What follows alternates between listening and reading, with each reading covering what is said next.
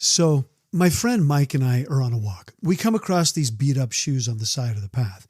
They obviously belong to some poor guy working in these fields nearby. I looked at Mike and said, "Hey, let's mess with this guy a little. Let's hide his shoes and watch him freak out when he can't find them."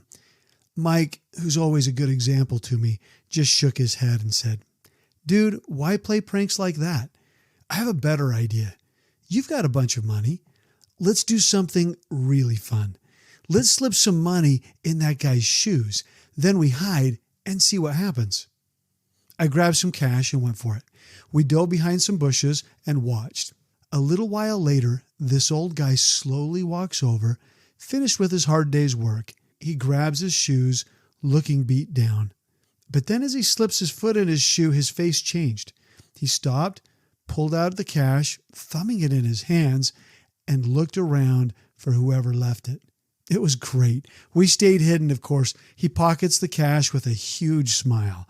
Then he puts on the other shoe and finds even more money. This time the dude falls to his knees, praying. He thanks God for knowing just what he needed. He thanks God for knowing his situation and how this little bit of money will be a huge blessing. Man, I'm not going to lie. It was cool.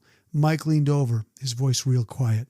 "Bro, isn't this a whole lot better than a prank?" I nod. The truth of his words hit me hard. "Yeah," I say, "I won't forget that." All right, friends, listen up. There's a way to live by giving to others with no strings attached. It's a way of showing love to people, whether they can love you back or not.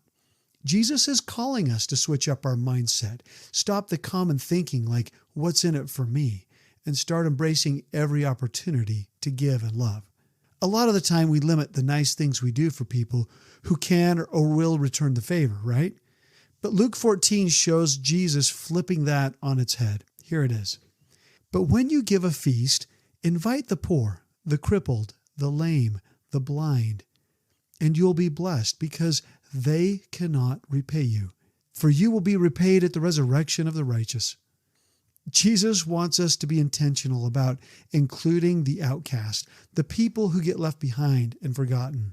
A great party isn't how much food you have or the cool people attending. It's about creating a feeling of belonging for the people you invite. But this whole thing about inviting the poor over for dinner, did you notice why Jesus suggests it? See, Jesus wants us to find ways to give to those who cannot repay. Whether it's an anonymous gift, a secret act of service, or just quietly lending a hand, he tells us to do good in secret. That way the focus is on the good deed, not on us getting props for it. Love is irresistible. Everyone responds to love.